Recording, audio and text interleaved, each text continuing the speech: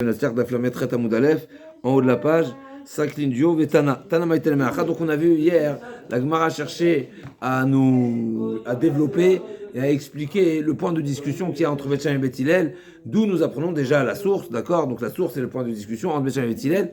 Combien de hazaot, combien de aspersions il faut faire pour le korban? Et ce qui est important, c'est, il y a deux niveaux d'importance. Premièrement, c'est de savoir le niveau d'importance de la haza. D'abord, combien il en faut? Tout le monde est d'accord qu'il en faut 4. La question est de savoir combien est indispensable. Donc, à partir de quand j'ai validé le service. Donc, d'après Bet Shammai, c'est minimum 2. D'après Bet Hillel, ça suffit 1.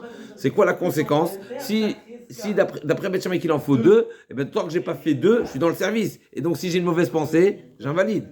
Alors que d'après Bet Hillel, une fois que j'ai fait 1, j'ai validé le service, et donc la mauvaise pensée qu'il pourrait avoir pendant la suite du service, ça ne va pas invalider. Ça ne veut pas dire que tu as le droit de mal penser, ça ne veut pas dire que tu ne dois pas asperger, tu dois asperger, c'est pas ça la discussion. Tout le monde est d'accord que tu dois faire 4. Et la question est de savoir, et donc tout le monde est d'accord, 4 aspersions.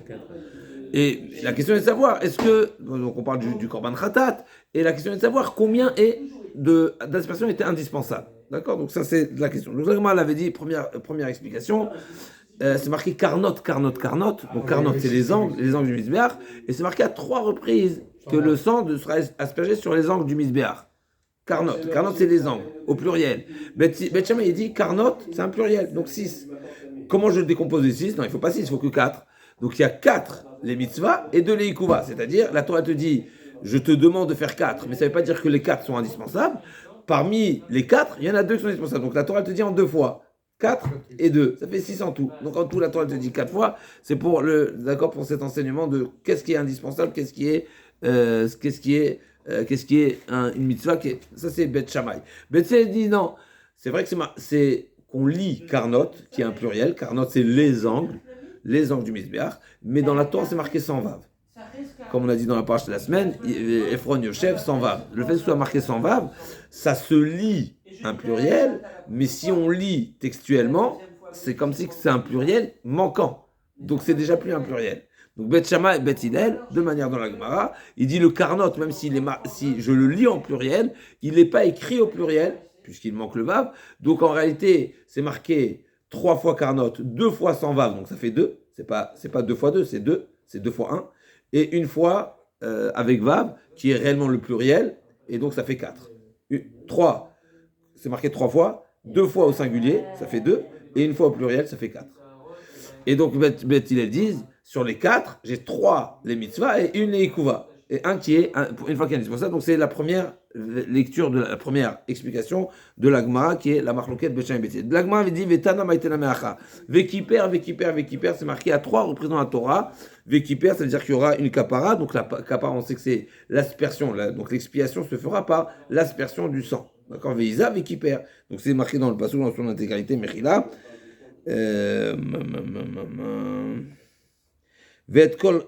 ואת כל חלבו יקצר מזבחה כחלב זבח השמן, וכיפר עליו הכל מחטאתו ונסלח לו, ואת כל חלבה יסיר, etc. וכיפר עליו הכל ונסלח לו, ואת כל חלבה יסיר. Donc à chaque fois le vechipper, ce qui est intéressant, Mechila, le vechipper, il n'est pas sur le passage qui parle de l'aspersion, mais il parle de l'offrande du chélèv. C'est intéressant. Comme si que c'est vrai qu'il y a une aspersion à faire, et il y a également l'offrande du gras sur le misbéach, le chélèv. Mais c'est dans ce passage-là que c'est marqué Vechipper. On sait que c'est la kapara, elle est avec le sang, mais en tous les cas, c'est de là qu'on va apprendre, comme si que la Torah nous dit, que même s'il n'y a pas eu toute l'aspersion, quand même il y aura kapara. Donc la Torah d'un côté te dit, tu dois asperger le sang. D'un côté, on sait très bien que c'est l'aspersion qui fait mériter, qui est l'étape grâce à laquelle on est expié. Mais d'un autre côté, c'est marqué également que tu seras expié. Comme si c'est une manière de dire, même si tu n'as pas tout fait, tu seras quand même expié. D'accord? Donc ça révèle que l'expiation n'est pas, plutôt l'aspersion n'est pas indispensable pour mériter l'expiation. Maintenant, combien? Vechipper 3 fois, c'est marqué 3 fois Vechipper. C'est une manière de dire Vechipper même si tu n'as pas fait 4 fois, Vechipper même si tu n'as pas fait 3 fois, et Vechipper même si tu n'as pas fait 2 fois. Donc une fois. Donc c'est marqué 3 fois Vechipper pour. D'accord? Donc il nous dit dans les mots. Tanama Telemacha, Vechipper. Mipina din sheachol, valodinu. Nemru damim lemata, venemru damim lemala. Donc il y a dans deux psukim, dans 2 sujets, dans 2 domaines, on a trouvé de domaine. Pardon, il y a deux endroits où on fait l'aspersion. Comme on a dit, en haut et en bas. Quoi, en bas? En haut de la ceinture, en dessous de la ceinture. C'est le korban khatat, le korban ola. Le korban khatat, c'est au-dessus de la ceinture pour la BMA. On a dit pour la BMA, le sang est aspergé pour BMA, khatat, BMA, c'est en haut. Pour la ola, c'est en bas. Et pour la volaille, c'est l'inverse. La ola, c'est là-haut, et la khatat, c'est en bas. Donc pour la khatat, c'est marqué là-haut. Donc c'est marqué Nemrou Damin Lemala, Nemrou Damin Mata. Mad Matan Damim Amurim les Mata, Shenatan Matana Achat Kiper. De même que dans le korban qui n'est pas khatat, s'il a fait une donation, une aspersion, donc une donation, eh ben ça suffit. Eh ben pareil, s'il a fait une aspersion là-haut, donc c'est pour un khatat, eh ben une aspersion également sera suffisante. À nouveau, nous on a dit dans la Mishnah, on répète la chaîne de la Mishnah, tous les korbanot avec une donation t'as acquitté, à l'exception de khatat. Khatat il faut combien? Bet Shammai disent 2 et Bet Hillel disent même pour le khatat il suffit. Bet Hillel dit, donc l'Agma vient expliquer d'où vient cette marlouquette, c'est quoi la source de cette marlouquette, pourquoi 2, pourquoi 1. L'Agma dit parce qu'en réalité il y a un parallèle. De même qu'il y a des donations au-dessus de la ceinture, donc c'est les korbanot qui est le korban khatat. Et il y a d'autres, pour d'autres sacrifices où le sang est aspergé en dessous de la ceinture, eh ben c'est une donation suffit. De même qu'en dessous une donation suffit, là aussi normalement une donation suffit. Donc normalement minadine, on aurait dû faire une comparaison. Ou bien peut-être non, ou bien non. On va faire une autre comparaison. Donc, ou bien tu fais une comparaison entre les deux types d'aspersions qui sont sur le misbéach achitzon, c'est le misbéach sur lequel il y a les sacrifices en général, ou bien non, tu vas faire une autre comparaison avec une autre type d'aspersion qui est faite où à l'intérieur du Kodesh. Au kaler ederzu, nemar damim bifnim, venemru damim bachutz. Madamim amurim bifnim, chissé achad mina matanot lo asa velo klum, damim amurim bachutz, chissé achad mina matanot lo asa velo klum. Donc j'ai une expression. C'est quoi l'équation? Korban khatat, le nombre indispensable d'aspersion pour le korban khatat, il est de combien? Est-ce que c'est indispensable comme les korbanot, comme le sang quand il doit être aspergé à l'intérieur, ou là-bas le nombre d'aspersions il est exigé, il est imposé et tout fait partie du service comme c'est marqué dans la Mishnah, ou bien non, je le compare aux autres aspersions qui sont à l'extérieur. Donc ou bien je compare extérieur, ou bien non, je compare le même type de korban. Puisque nous savons que là, à l'extérieur, c'est un korban khatat, et à l'intérieur aussi, c'est korban khatat. Donc la question est de savoir qu'est-ce qui va être le curseur, le comparateur le plus dominant. Est-ce que c'est le lieu du korban ou la nature du korban? On est bon? C'est ça l'interrogation de la Gemara. À quel type de korban je vais comparer le korban khatat? Donc dans les mots, donc Neymar, d'un côté c'est marqué Valodine, où je reprends Nemrou damim les mata, Nemrou damim les mala, matan damim amourin les mata, Shenat matan achat qui perd. Donc de même que quand l'aspersion doit se faire sous la ceinture, eh ben je me contente, c'est-à-dire une donation suffit, c'est une seule qui est indispensable. Eh ben pareil pour celle qui est au-dessus, donc le korban khatat. Ou bien non, av damim amourin les mala, Shenat matan achat qui perd. Au kaler derzu, non, peut-être tu vas faire une autre comparaison, à savoir Nemrou damim bifnim, Nemrou damim bachut, damim amourin bifnim, quand il faut asperger à l'intérieur du Kodesh, et ben chissé achad mina matanot, s'il a manqué une matana, lo asa velo klum, c'est nul. Avdamim amurim bachut, pareil, pour les aspersions à l'extérieur. Chissé achad mina matanot, lo asa velo klum. L'agma, dinire les midomi. Ok, tu as deux sources, tu as deux éléments, on va dire, de comparaison. Et la question c'est de savoir le troisième à qui tu le compares. Ben, on va voir par nous-mêmes à qui le korban khatat est plus comparable. Nire, voyons voir, les midomé. D'un côté, danim chutz mechutz. D'un côté, il y a une logique de dire ce qui est aspergé à l'intérieur, c'est d'un autre niveau, c'est d'une autre catégorie, c'est exceptionnel. C'est ceux de Kippour, pour des corbanotes particuliers, c'est pas tous les corbanotes. Donc, il vaut mieux rester selon le lieu des corbanotes. Donc, ce corban il est à l'extérieur, eh ben, il sera comparable aux autres corbanotes qui sont faits à l'extérieur. Ou bien non. Danim chutz bifnim. Ok, non, pas du tout. Il y a une autre manière de voir les choses. Danim chatat verbakranot, mais chatat verbakranot, valioché achutz, shen chatat verbakranot. Il y a un autre point de comparaison, c'est que le korban en question, l'équation, elle est quoi? D'un korban qui est de nature khatat, c'est expiatoire. Ben, c'est plus logique de le comparer à un autre korban qui est également khatat, qui est expiatoire plutôt. Deuxièmement, c'est que la Torah, elle a exigé, elle a mentionné ce devoir d'asperger à 4 reprises. Et là, on voit 4. Donc, il y a 2 points de comparaison, et dans la nature du korban, et dans le détail qui est mentionné du korban.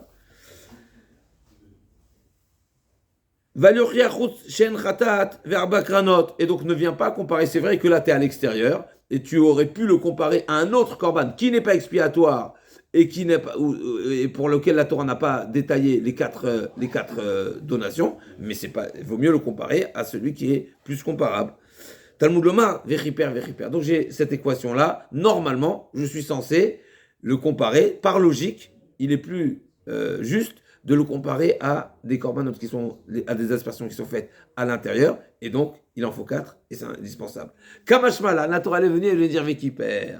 Vechiper, c'est-à-dire que tu mérites la kapara, même si tu n'as pas fait ce que tu dois faire. C'est-à-dire que normalement, logiquement, par comparaison, t'aurais dû arriver et retenir le résultat de comparaison qui est que les 4 donations sont indispensables, mais il y a un passouk révélateur qui dit Vechiper, que tu mérites quand même la kapara, même si ça n'a pas été effectué. Vechiper, Vechiper va plus Natan Shalosh, Vechiper va plus Natan Elashtaim, Vechiper va plus Natan Elachat. Donc c'est cette répétition Vechiper qui me dit que tu mériteras la kapara, même si tu n'as pas fait ce qu'il fallait faire. C'est une manière de dire que ce n'est pas les Ikouva. L'Agma a dit peut-être Ve'ami vele les gouffés.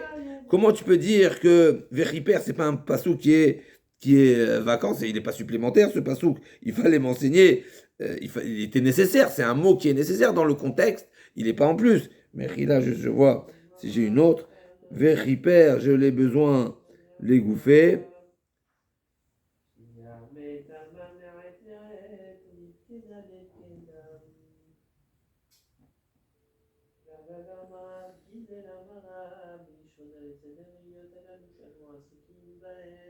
כן.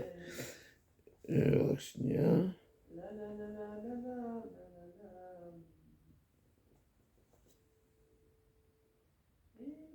כן. באמת c'est une question qui est posée a priori.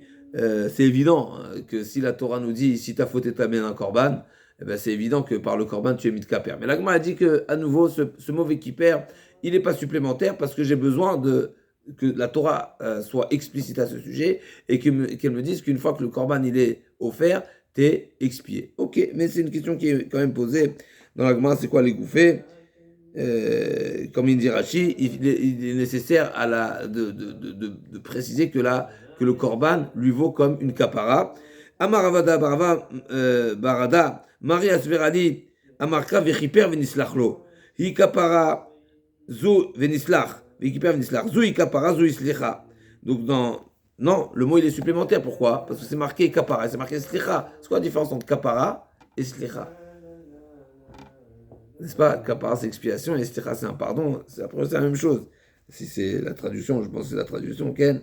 Donc la Torah elle répète. Donc pour revenir dans le pasouk, on a dit Vechiper alavakon mechatato venislachlo. Vechiper venislachlo. Pourquoi 2 fois? Vechiper, expié, venislach, sera pardonné. Et pareil, donc à chaque fois, dans les 3 psukim, on nous parle et de kapara et de slicha. C'est quoi cette répétition? Forcément, il y a un mot supplémentaire qui nous permet d'être d'oresh.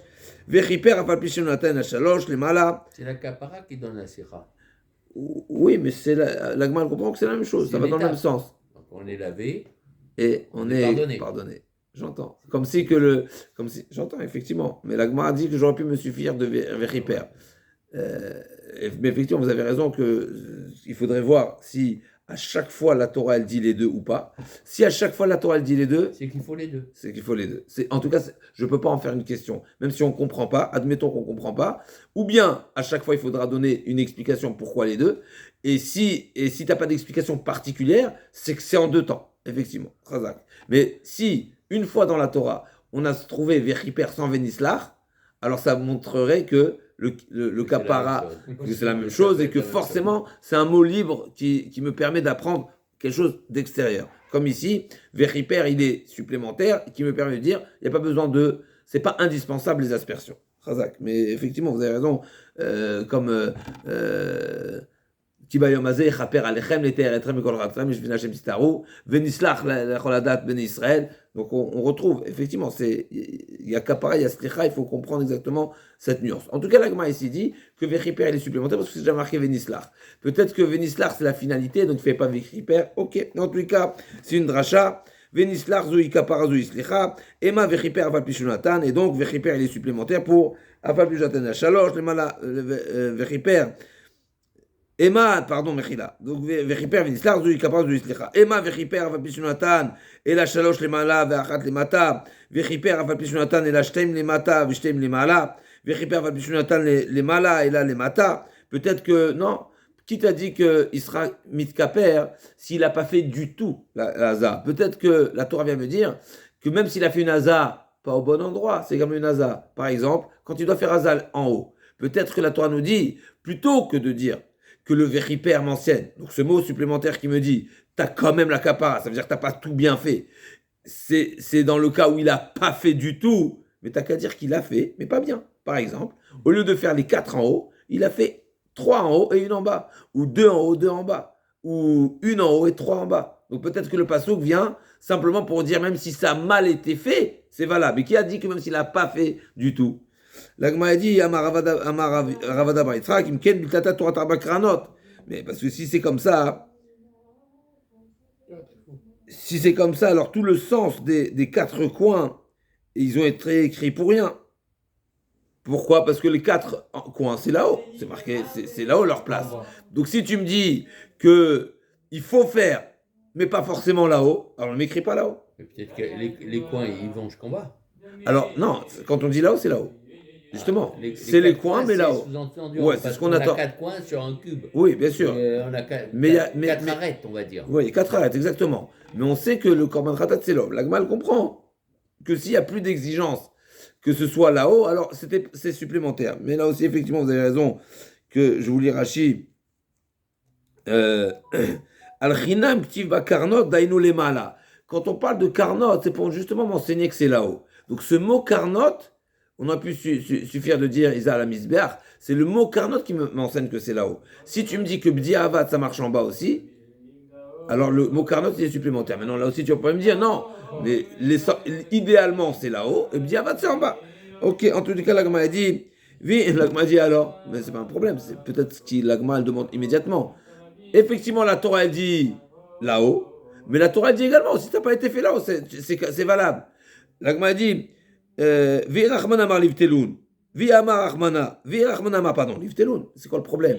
Toi, tu es en train de me dire non, mais à quoi bon que la Torah l'a écrit? Non, tu l'écris et la Torah te dit que ça passe quand même. Donc finalement, tu es en train de me dire que la Torah a écrit pour rien. Non, elle n'a pas écrit pour rien. Elle a écrit aussi avec son degré d'importance. Juste laissez-moi voir quand même si j'ai une note ici, Mechila. Le mot Karnot, si on dit que Bedia Avad, c'est valable en bas, c'est pas forcément inutile d'écrire Karnot. Ça a été nécessaire de l'écrire pour nous dire que l'idéal c'est là-haut, mais il y a un deuxième passage qui me dit, comme on a dit tout à l'heure, pourquoi c'était marqué qu'il faut 4 et 4, mais on a dit que Bedia Avad, c'est valable 1. Donc là aussi pareil, peut-être que le sens de Karnot, idéalement, il faut faire là-haut, 4 fois là-haut, mais il y a un deuxième passage qui vient baisser l'importance de ce devoir-là. Amar Rava Izu Davar Ser Shalosh Eve Omer Elu Karnot.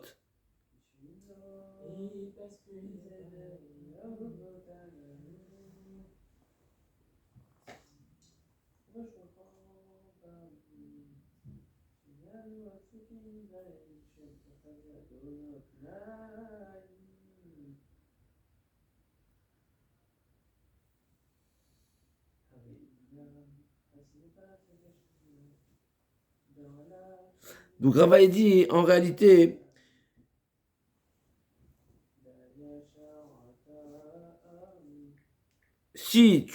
ta question n'est pas question. Pourquoi? Parce que si tu dis que le Karnot, il a plus de sens, alors même les 4 Karnot, t'aurais pu tout faire en bas. Mais là, on est en train de dire que non, il faut un qui soit là-haut. Donc en réalité, il était nécessaire d'écrire Karnot, justement, parce que Karnot me dit qu'idéalement, il faut 4, et j'ai une réduction que 3 n'est pas indispensable.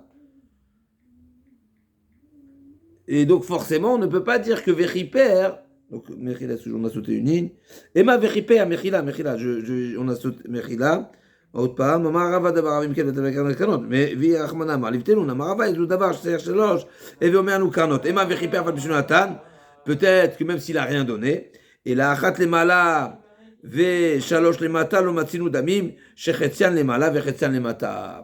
L'Agma dit non, tu veux pas dire que le pasouk est venu te dire que en partie en haut, en partie en bas, parce qu'on n'a jamais vu que le sang, il peut être aspergé et en haut et en bas. C'est ou en haut ou en bas. L'Agma dit vélo, vatnan, bien sûr. Quand on fait à qui on dit, ça a marché, veisa, vekach hayamone, achat, et comment c'est marqué là-bas? Qu'il était mazé achat le mala, vesheva le mata. Donc c'est une en haut, une en bas. Donc oui, on a déjà vu que les aspersions ne sont pas au même niveau. L'Agma dit non, pas du tout. Il n'y a pas en haut et en bas. C'est kematzlif, donc c'est quelque chose, c'est comme, d'accord, c'est juste dans la forme, dans la manière d'asperger, mais c'est pas le lieu d'atterrissage de l'aspersion. C'était pas en haut et en bas, c'est un même endroit. Isa velo vatnan Isa menu achat lemala vesheva lemata. L'Agma dit kematzlif. Maï kematzlif marver abuda kemin geda. Donc c'est la manière. Hein? Alors c'est intéressant. Pardon? Une courbe. Alors min geda, la traduction min geda, c'est comme le min guide. Min guide, c'est frapper. Min guide, c'est celui qui est, n'est-ce pas? Il y a min guide, il y a des coups, des fois c'est physique, des fois c'est un nidouille. En tout cas, il nous dit Rashi ici, c'est comme le malkout. Quand une malkout, je vous lis Rashi dans les mots, Kada malke et malkout arbaim. On sait que quand on prend les 40 coups, celui qui, n'est-ce pas, le chiv malkout, c'est zou les matamizou besamour. N'est-ce pas? C'est marqué que les coups, ils sont meshulashim. C'est partagé en 3 et il y a un coup à droite, un coup à gauche, un coup en bas. Keneged bitno, donc la Mishnah nous dit comment les 3 coups ils sont faits. Maintenant, je ne vais pas appeler en haut et en bas, c'est relativement proche. Donc c'est pas, par contre, au-dessus de la ceinture et en dessous de la ceinture, c'est 2 endroits. Surtout, si on parle sur les carnotes, c'est là-haut, bichla, là-haut, donc c'est pas pareil. Donc quand on dit au-dessus et en dessous, c'est pas dans les azot, les sheva, les mala, achat les mala, et sheva les mata, ça s'appelle pas en haut et en bas. Ici, dans le Misber, ça s'appelle réellement en haut et en bas. Et donc on revient, on n'a jamais vu qu'il y a une partie des azot, des aspersions là-haut et une partie en bas. Et donc on ne peut pas comparer à ce qui était fait au Beth Amikdash à Kippour. Yizal Toharo Shel Mizbeach Sheva Pa'amim. La Gemara elle poursuit. A priori c'est marqué qu'il faisait une azaha al Toharo Shel Mizbeach. Et là la Gemara va dire c'est quoi Toharo Shel Mizbeach? Toharo, il peut avoir 2 sens. Izal Toharo, Marver Buda, Izal Toharo chez Misbeach chez la Pamim. La Gemara dit Maïlav a palgué des Misbeach.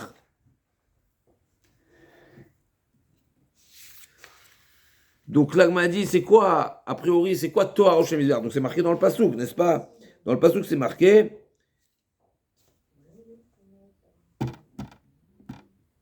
Mechila.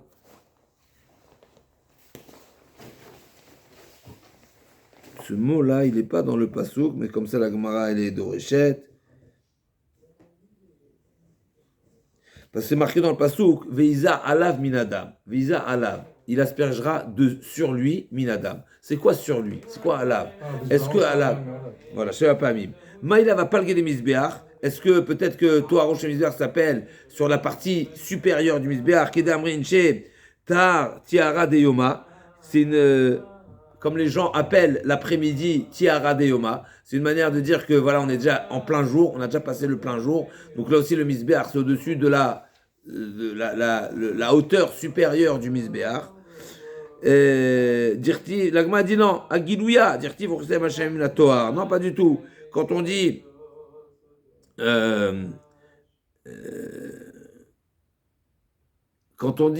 le Tohar Misbéach, c'est pas sur la partie supérieure du Misbéach, mais c'est sur le plancher du Misbéach, sur le dessus du Misbéach. Donc, n'est-ce pas, sur là-haut. C'est pas sur le côté, la partie haute, mais c'est sur en haut, carrément du Misbéach. L'Agma a dit Vaïka Shiraim. Donc, qu'est-ce que tu me dis, toi, qu'on n'a jamais vu, qu'il y avait du sang qui aspergeait en hauteur, et ensuite une autre partie en bas? Mais bien sûr, le reste du sang, il est versé au socle. Et Gesson dit non, mais Shiraim, c'est pas Meakev, ça fait pas partie de l'aspersion. C'est une mitzvah, mais c'est pas l'aspersion. L'aspersion, il y a un endroit précis. Le reste, les Shiraim, c'est les Shiraim. C'est le reste, et les Shiraim ne sont Shiraim seulement s'il y a du reste, il n'y a pas de reste, il n'y a pas de reste. D'accord, Shiraim lo Meakve, Aveika Shiraim apnimim, il y a, oui, des Shiraim, du sang qui est aspergé à l'intérieur, que celui-ci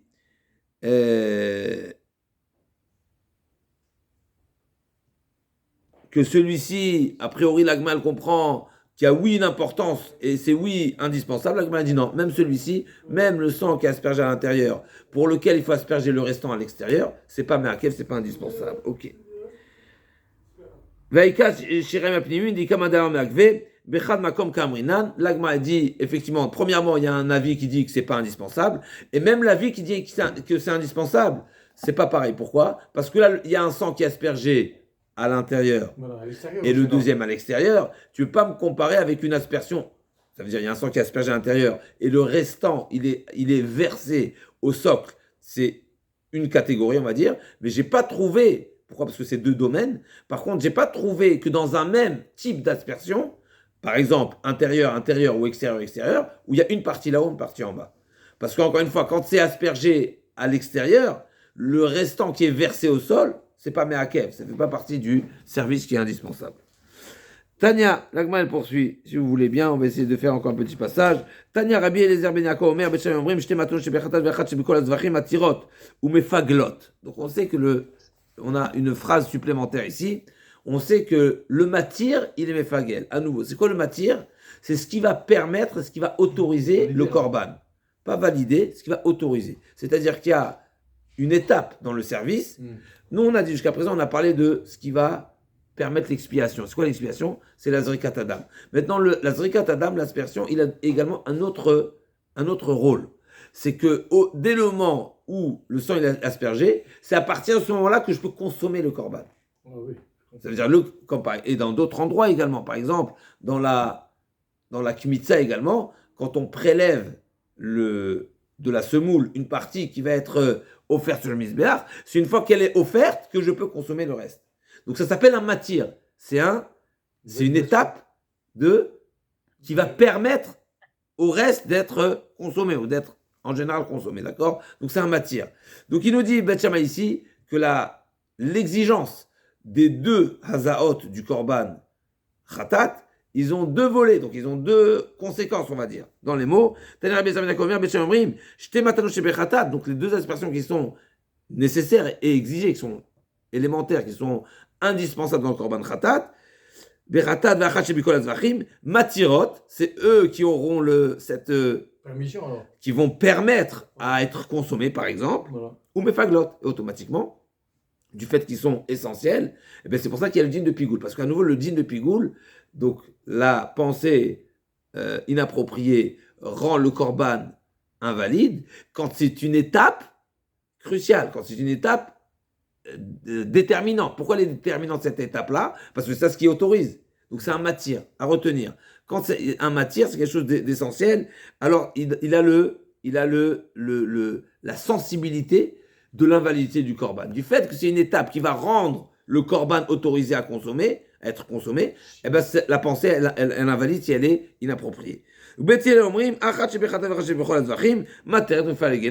que Beth Hillel, on descend d'une marche, et donc c'est pas deux aspersions, c'est une seule aspersion. Donc c'est une seule aspersion qui est indispensable, et donc qui rend le korban consommable, et donc c'est également que la première aspersion qui va être déterminante s'il y a une mauvaise pensée. Donc s'il y a une mauvaise pensée à la première, c'est invalide, mais pour la deuxième, il n'y a pas de problème. Pourquoi? Parce que le korban est déjà validé. L'aspersion, il y a déjà eu la kapara, il y a déjà eu le éther, il y a déjà eu l'autorisation, donc on est dans de l'extra.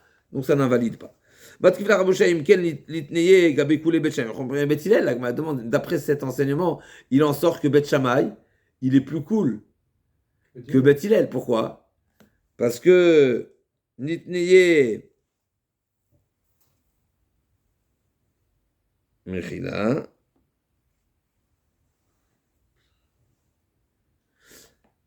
d'après Beth Shammai, comme on a vu dans la Mishnah, pour qu'il en sort ici une souplesse. Alors c'est sûr qu'il y a une khumra, mais il y a une souplesse ici. Pourquoi il y a une souplesse? Parce que pour qu'il soit condamnable, si on est en train de dire qu'il y a 2 aspersions qui sont nécessaires pour rendre le korban consommable, donc s'il a eu une mauvaise pensée seulement, d'après Beth Shammai, sur la première aspersion, il n'est pas encore condamnable. Pourquoi? Parce que la première aspersion n'est pas suffisante pour autoriser.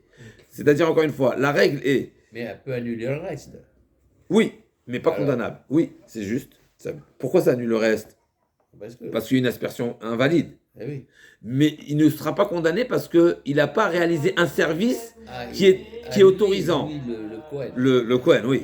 C'est-à-dire, pour être condamnable, il faut que ce soit un service qui autorise la consommation qui soit mal fait. Maintenant, si le service il est composé de 2 étapes, de 2 actions en tout cas, il y a première action, première aspersion, deuxième aspersion.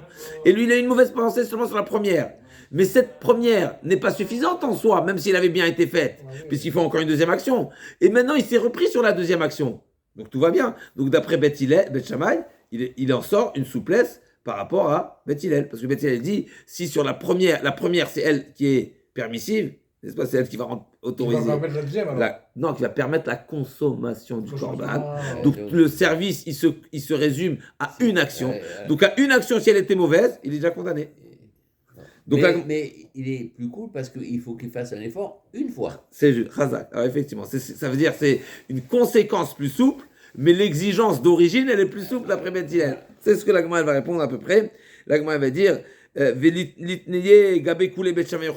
puisque au début de Eduyot, si je ne me trompe pas là-bas, oui, dans la Maseret Eduyot, les Mishnayot là-bas, elles ont énuméré en général, Beth Shammai, il est plus marmer que Beth Hillel. D'ailleurs, si je ne me trompe pas, on pourra constater, mais c'est à vérifier, je ne suis pas certain, mais on pourra constater que normalement, le premier avis, c'est l'avis le plus marmir, et ensuite il est plus mekil, et c'est entre autres pour ça qu'on retrouve souvent que le plus marmir il est positionné en premier et le mekil en deuxième. Même si la Gemara dit une autre explication, elle dit que pourquoi la halakha est comme Beth Hillel, parce que Beth Hillel laissait parler Beth Shammai en premier. Pas seulement il laissait parler en premier, mais il défendait la position de Beth Shammai avant de se prononcer eux-mêmes.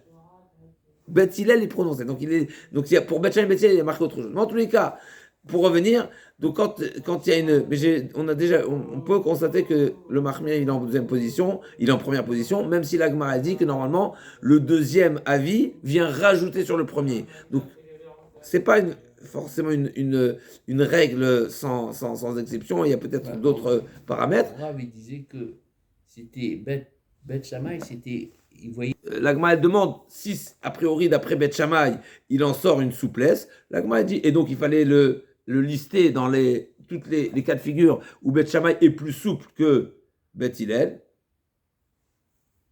L'Agma répond Amar le Rava qui est-il et teraïtil d'avoue le Beth Shammai nechuma. Au final l'essentiel de l'enseignement il faut le prendre en sens inverse. C'est-à-dire c'est vrai que la conséquence il en sort une souplesse pour Beth Shammai. Mais à l'origine, il est plus exigeant puisqu'il demande 2. Donc ça rejoint un petit peu, comme vous dit, Ken.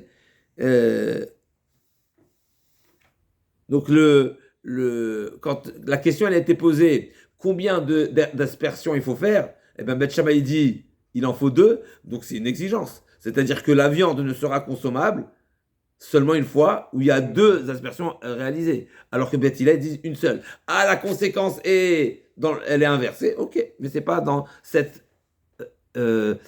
esprit que la question la question a été présentée entre Beth Shammai et Beth Hillel. Amar Rabbi Yochanan shosh matano shebechatot enabaot balayla enan baot balayla ubaot lachar mita ve'amale mehem bachutz chayav. Donc on a dit maintenant, d'après Beth Hillel, qu'est-ce qu'il en sort?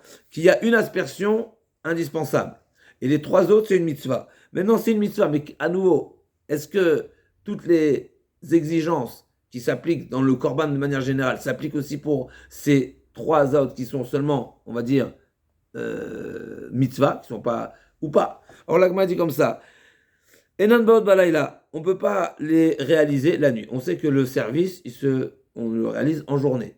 Alors, en journée, à l'exception de certaines choses qui pouvaient se finaliser, comme on a dit, la nuit, ou bien démarrer également la nuit, comme on a parlé de Tourmata Dechen. Donc, le premier service, c'était quoi? Entre guillemets, c'était le nettoyage, on va dire, du Misbéar. Ça se faisait même avant le lever du jour. Et là-bas, on avait parlé également du trempage, n'est-ce pas, du lavage des mains et des pieds, à partir de quel moment il pouvait être fait. Donc on a vu qu'il y a certaines choses qui peuvent se faire la nuit, mais de manière générale, le service lui-même, chez Naïm Layom, d'accord, c'est en journée, le service se réalise la journée. Maintenant, les trois aspersions, elles ne sont pas indispensables. Est-ce que je peux les compléter la nuit? Donc là, m'a dit comme ça, Shalosh Matanot chez Bechataot, donc il a déjà fait une aspersion, d'accord? Si elles ne sont pas indispensables, on ne prend plus. Elles sont pas indispensables, mais tu as dit de le faire. Mais si c'est pas. C'est ça la question. Mais c'est une mitzvah qui est liée. Alors, je m'en ai pas. C'est pas parce que c'est pas indispensable que c'est pas à faire.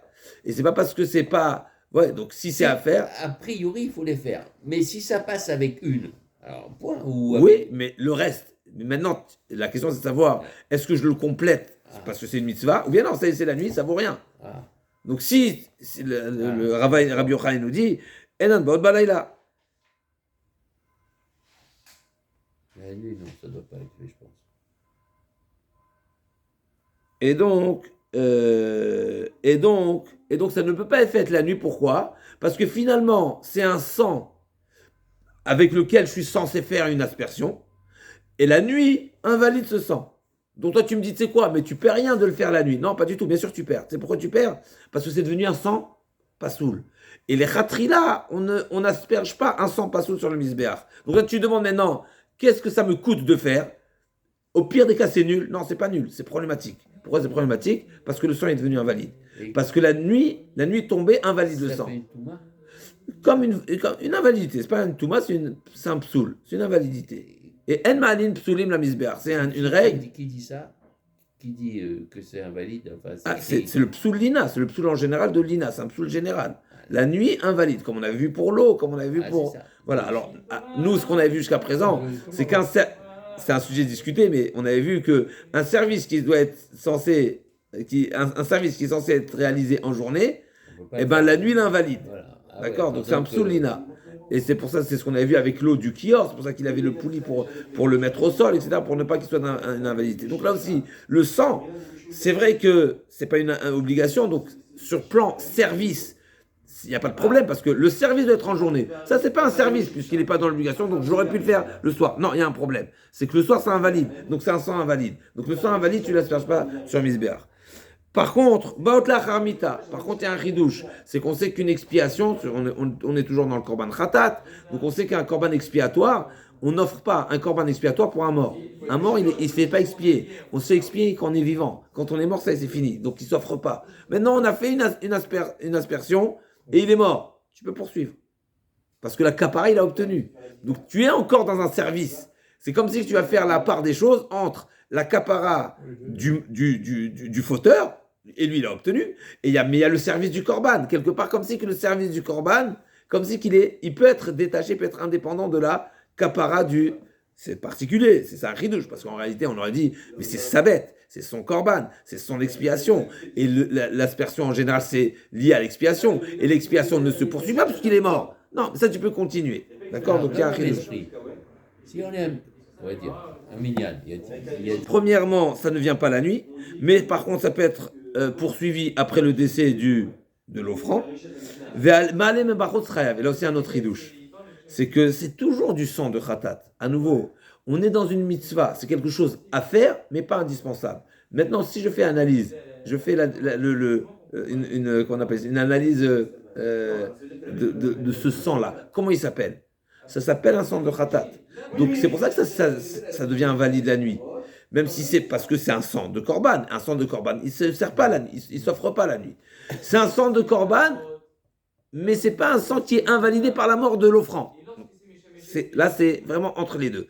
Par contre, où je vois que c'est réellement un sang de korban, c'est que si on utilise ce sang et on l'asperge à l'extérieur du Beth Amikdash, eh bien on est condamné. Pourquoi? Parce que ça s'appelle Azorek ou Malebachut. Ça va être, on va voir dans la suite, ça fait partie des interdits de ne pas offrir une offrande ou d'asperger du sang à l'extérieur. Parce que finalement, c'est du sang de Corban. Ah, mais c'est du sang du Corban qui n'a pas besoin d'être, qui ne doit pas impérativement être aspergé à l'intérieur. Ça ne change pas, il est quand même chayav parce que c'est un sang qui était désigné à, qui était apte à, sur lequel j'ai même encore une mitzvah à réaliser et à asperger sur le misber. Là, il m'a dit, papa, yesh mem ki trilato, yesh mehem ki sofo. Dans ces trois aspersions, il y a certaines halachot qui sont comparables, donc qui auront le même statut, les mêmes règles que l'état initial, donc que la première, Viesh Kesofo, à savoir, Chutz, Valaila, Zarut, ou Klisharet, Keren, Veetzba, Kibuz Veshiraim, Kitrilatan. Donc, Rav Papa, il a rajouté plus de halachot. Donc, certaines, on a déjà vu. Chutz, donc celui qui fait à l'extérieur, il est condamné comme le sang initial. Laila, comme on a vu également, on ne pourra pas réaliser une aspersion la nuit parce que c'est devenu invalide. Donc on voit que ça a, oui, le statut de sang, de korban, qui devient invalide par la nuit. Zarut, également, là aussi pareil, un Israël qui fait le service, ou un passoul, un zar, en tout cas, quand on parle d'un zar, c'est quelqu'un d'étranger au service, également il sera condamné. Et kli-charet, également, il faudra utiliser un ustensile qui est sanctifié. Keren, également, il faudra l'asperger, si on l'asperge sur les angles, sur les coins. Vetzba, alors, on reviendra sur Karnot. Est-ce que c'est les arêtes ou les angles? Parce que si on est à la misber, quand c'est les malas, ça peut être là-haut. Ça a vérifié. On reviendra sur la définition propre de Karnot, les angles. Est-ce que c'est l'arête ou c'est l'angle qui est là-haut? Parce que c'est même au-dessus du misber. On revient aux quatre coins, il y avait comme des petits cubes, des petits, relativement à l'espace de misber. On reviendra sur ça.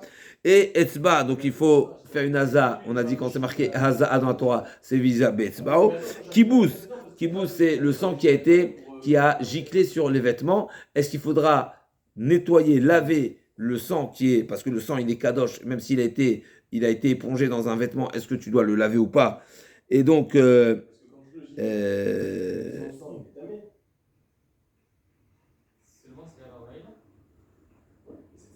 on va voir que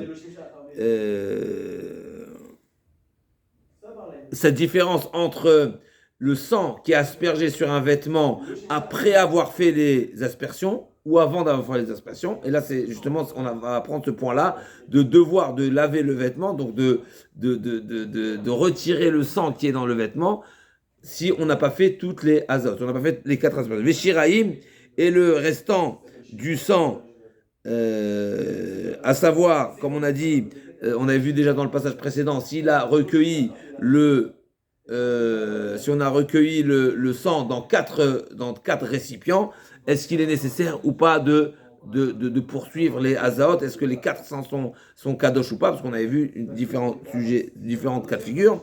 Et tout ça, c'est trilatin. Par contre, mita,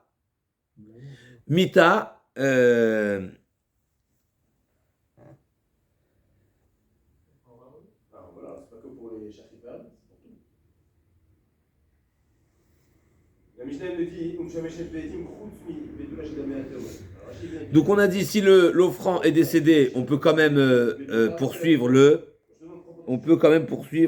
les azaot.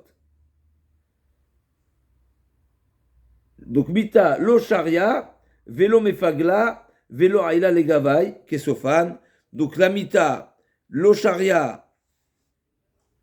Donc c'est l'osharia, c'est une deuxième halakha, c'est-à-dire que les autres aspersions ne sont pas une autorisation pour la viande, parce qu'on a dit que la viande est déjà autorisée après la première aspersion, qui est essentielle. Vélo mefagla, et donc par conséquent, ça n'a pas les capacités de rendre invalide. Donc bien sûr, on est d'après Beth Hillel qu'une aspersion est suffisante. Donc une fois que le service il a été réalisé, donc la viande est consommable, et donc la mauvaise pensée n'invalide pas. Vélo aïda legavai, il n'y a pas d'invalidité si le sang est rentré à l'intérieur. Parce qu'on avait dit qu'un sang du korban khatat ne peut pas rentrer à l'intérieur. D'après un avis, c'était tous les korbanot, mais il ne peut pas rentrer. S'il rentre à l'intérieur, il devient invalide. Et donc là, comme on a dit, Amar Papa Mena Minala. Et Rav Papa va nous détailler d'où il a la source de toutes ces halachot. Donc on a vu ici 1, 2, 3, 4. On a 9 halachot si j'ai bien compté.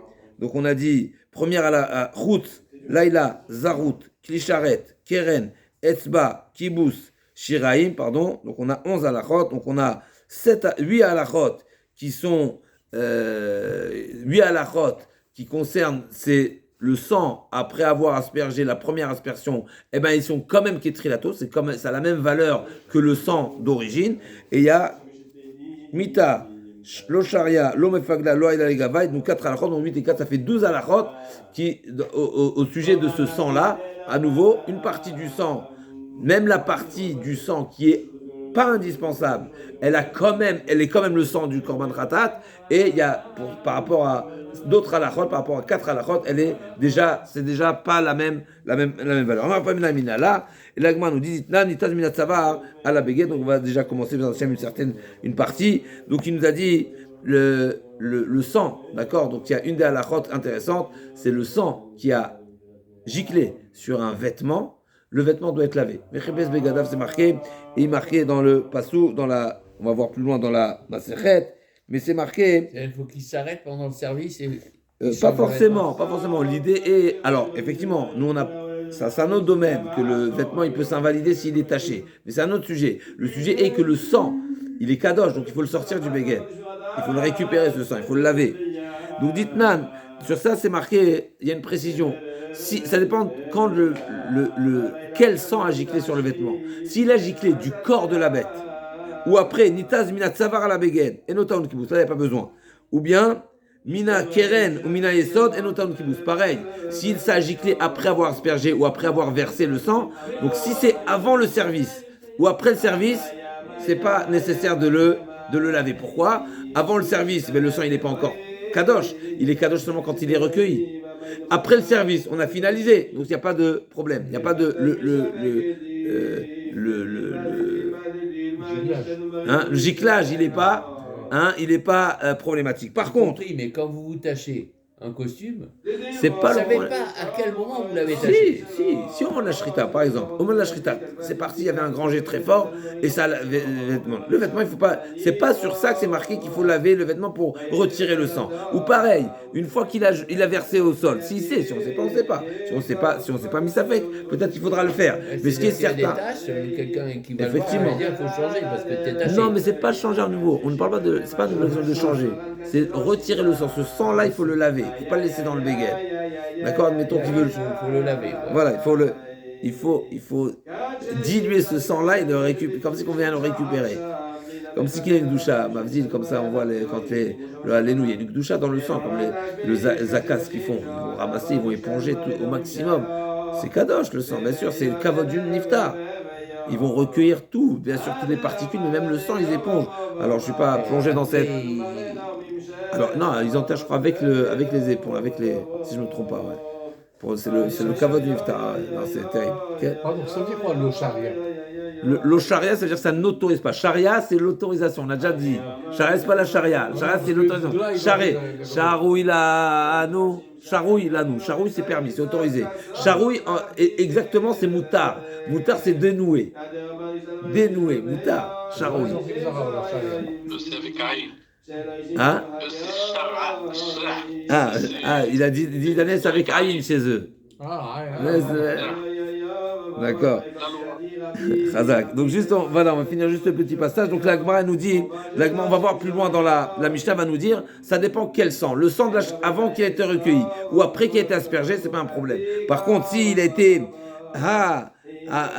mina raoula yesod, taun kibous. Donc la Gemara dit, d'accord. Donc si mechila, donc Hamina Raoula Keren Mechila Taon Kibous. Donc celui qui était, qu'est-ce qu'il veut tirer Rav Papa? Rav Papa il veut tirer un chidouche.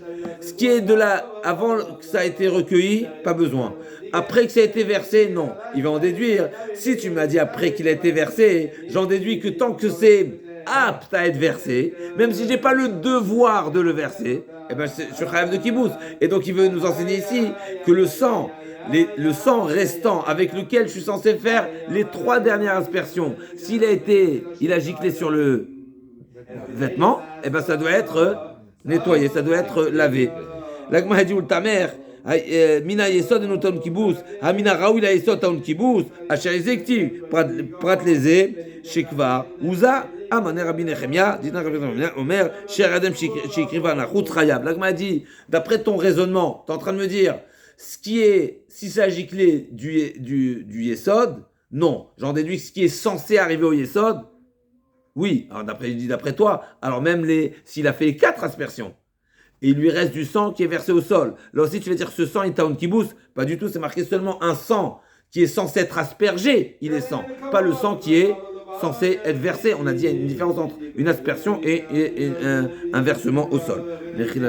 Rabbi Nechemia, il pense, même les shiraïm, donc même si le sang il a été totalement aspergé, et il reste du sang, ce sang-là qui est offert à l'extérieur, on est également chayav. Donc on voit qu'il y a, d'après Rabbi Nechemia, le restant du sang, il a également le statut de sang, et donc il a également le statut de sang par rapport au devoir d'être mechabès le vêtement, de laver le vêtement pour lui extirper le sang. La Gemara a dit, mais Rabbi Nechemia, il n'a pas dit cette halakha il n'a pas dit cette halakha à ce sujet-là. Imon de Amar, Imon shamat le Rabbi Nechemia l'inyan ala, midé d'ave avarim bdarim, l'inyan kibous mishamatle. Quand est-ce que Rabbi Nechemia il a dit que le sang et les sangs seulement par rapport à une halakha? C'est quoi la halakha? C'est celui qui fait une aspersion, il utilise le sang pour faire une aspersion à l'extérieur du Beth Amikdash, il est condamnable. Pourquoi il est condamnable? Mais parce que c'est comparable à celui qui prend les parties du korban, les évarim, des membres du korban, et il les offre à l'extérieur. Il est chayav, même si c'est une partie qui n'est pas, même si c'est pas une partie qui est indispensable. Donc finalement, il y a cette comparaison.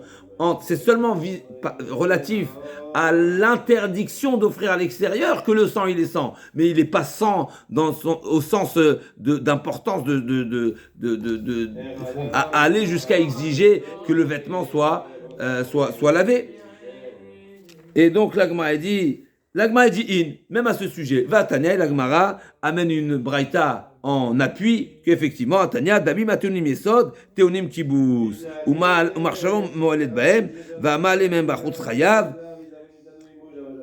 ודמים הנשפכים לאמן, נתונים כיבוס, ואבן מחשבה מולד בהם, ומעלה מהם בחוץ פטור. מה שמעת לדאמר, מעלה מהם בחוץ חייב רבי נחמיאי, וכמה טעון כיבוס, ומחשבה מולד בהם, on va s'arrêter là. Donc l'Agma amène une preuve de la Braïta que tout sang chez Taon Yesod, c'est-à-dire qui est censé être versé au socle du Misbéach. Ça veut dire quoi? Qu'on a déjà fait les 4 Hazaot.